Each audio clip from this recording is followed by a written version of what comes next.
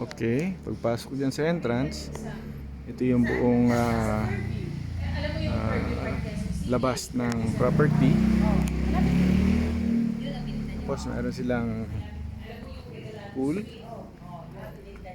8 feet yung pinakamalalim, pero syempre kailangan ng renovation yan. Tapos meron sila dong separate na extended na houses para sa mga caretakers nila dito, mga nag-aalaga dito sa bahay. Tapos papasok tayo ngayon. So ito ang entrance ng bahay. Itong entrance ng bahay from the gate. So parang ito yung pinaka lobby ng bahay.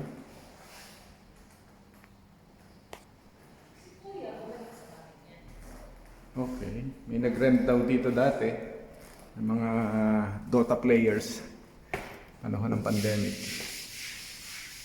Ito yung kanilang kitchen, isang malaking kitchen kasama ng kanilang dining. Then paglabas, diretso naman tayo dito sa conference room. Ginagamit nila ito nung panahon na si Congressman Dominguez ay buhay pa. Dito sila nag-meeting. Carpeted siya. Okay.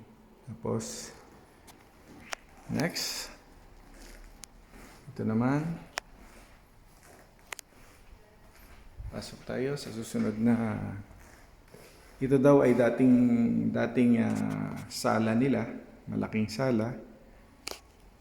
Pero itong kwartong ito ay nilagyan ng division ng mga umupa dati na mga Dota players, mga gamers ng pandemic. Tapos ito ay office,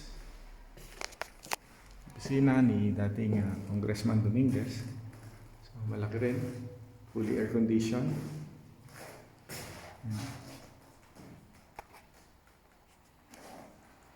Okay. Tapos yan,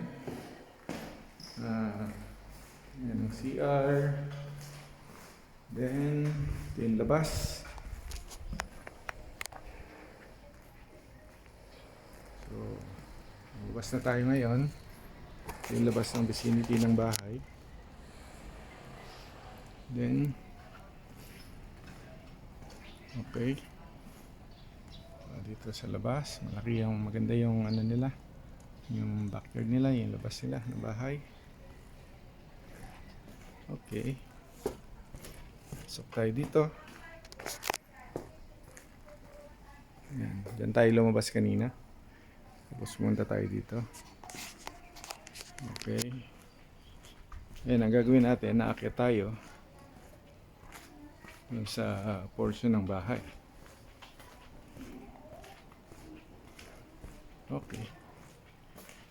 Ito naman ay naakyat tayo ngayon sa taas. Okay. So, ayan.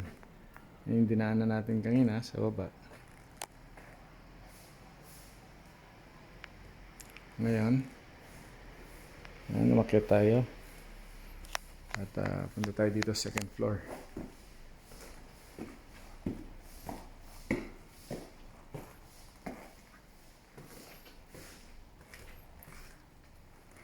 Okay, second floor. So ito ay isang room. Room ng kanilang anak. At meron ditong sliding door.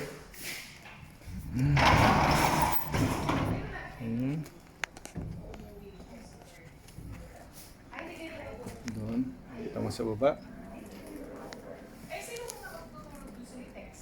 Okay. Next, punta tayo dun sa kabilang room. Oh, meron pa palang room dito. So siguro ito ay master's bedroom, ano? Master bedroom. Medyo malaki. So, siyempre, may mga ilang portion na kailangan rent. Kung gagawin mo itong bahay, titirahan mo, ah, pero mga ilang, kung gusto mong pagandahin, ay meron kang mga ilang ayusin. Depende sa taste yan. Pero kung gagawin mo lang siyang parang opisina, as is, ay wala namang problema. Okay. Ito, pag binuksan mo, may veranda dito. Tapos meron din siyang exit. Pababa doon. Exit. Yan ang neighbor.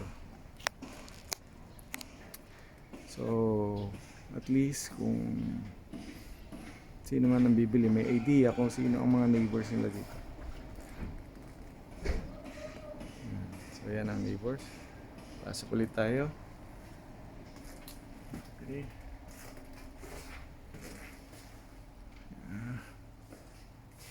Pasok natin. Mamaya yan, dito muna tayo. Tapusin natin to. Ito ay another room.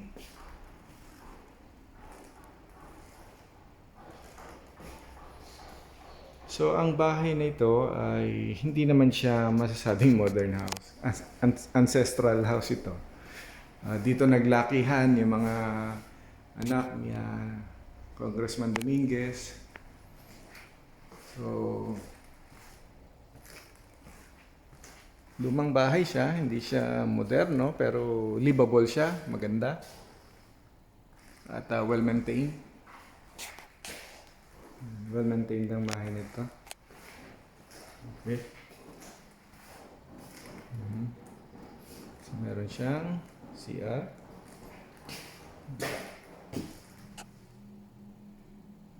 Okay. Dapat meron mga ilang kailangang i-repair kung talagang gusto mong maging sobrang maayos. Ayan. Ito ay yung next room naman. Ito, yung pinasok natin kanina. Ito yung papasukin natin ngayon. Next na room ulit. Meron siyang malaking CR. Malaki na CR CR niya ay may division pa. Okay. So, yan ang CR. Okay. Yan ang neighbor.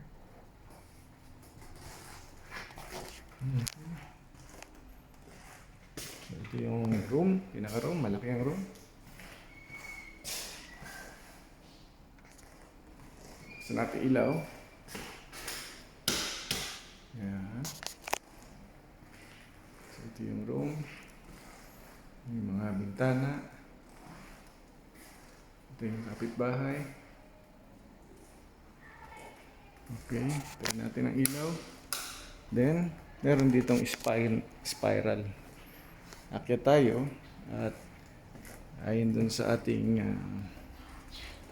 kausap na may-ari kanina, ito yung kanyang room nung siya ay bata pa.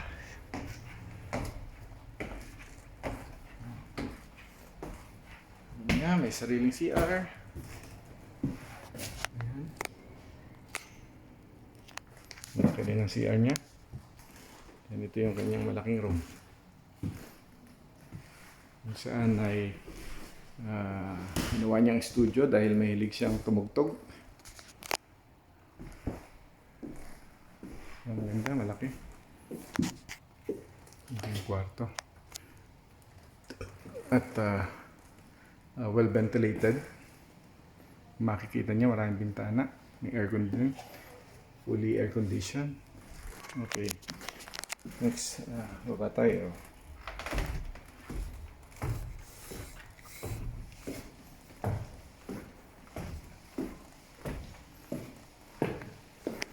Okay, yan yung pinintahan natin kanina.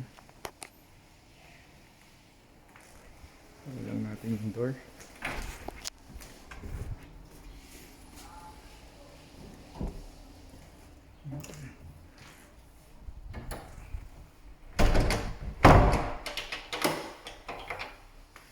Okay. Ngayon ay dito tayo dadaan pababa. Saka natin yung mga ilaw para hindi naman sayang ang kuryente.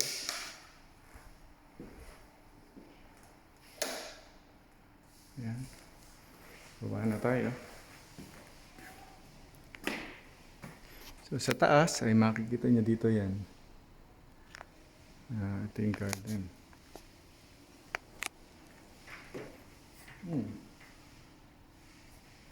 Okay. Ito pala, balikan lang natin. Kaya pala ito malaki. Ginawa rin pala itong opisina dati.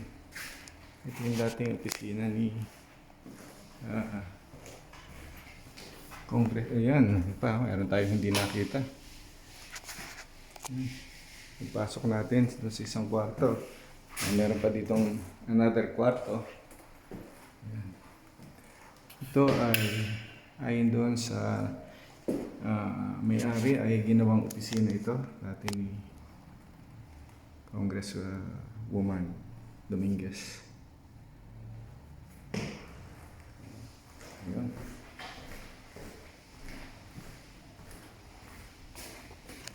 Ayan siya. So, mula doon sa baba, meron din siyang yan, meron siyang exit entrance. Okay. Buti na lang, naalala ko to. Ayun, nakita kanina. Okay. Yun. Ito ang pinakamalaki sa lahat ng kwarto. Dahil kasama na rin yung opisina doon na pinuntahan natin kanina. Yeah. Okay, pabalik na tayo ngayon.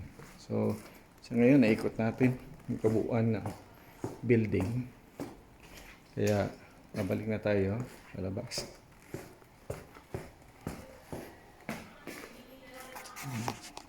Okay. Close the lights. Okay, close the lights. Kasi yung ilaw. Wait. Ayan. Ilang natin ilaw. Ito yung kitchen nila. Okay, patayin ko lang yung ilaw. Dito ako lalabas. So, may exit dito. Exit. Ayan. So, ayan yung kabuuan ng building. So, ito, nakikita ninyo, meron silang dalawang extension na bahay. Ayan, dalawang extension na bahay. Up and down.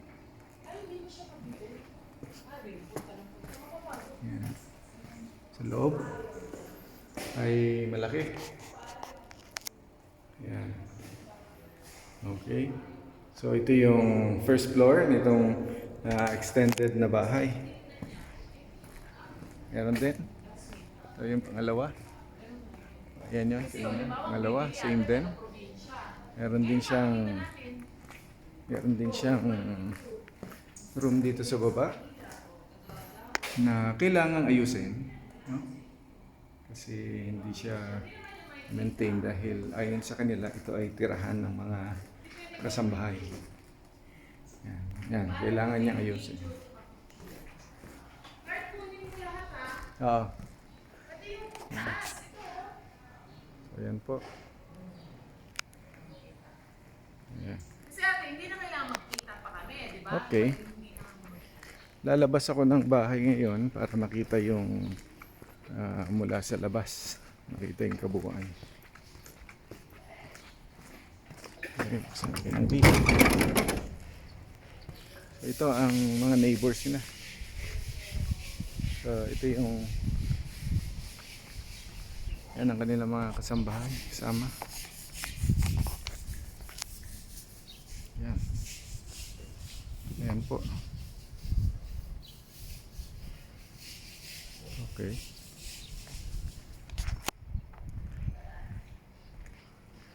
$360 degrees. Nikot natin ang neighbors nila.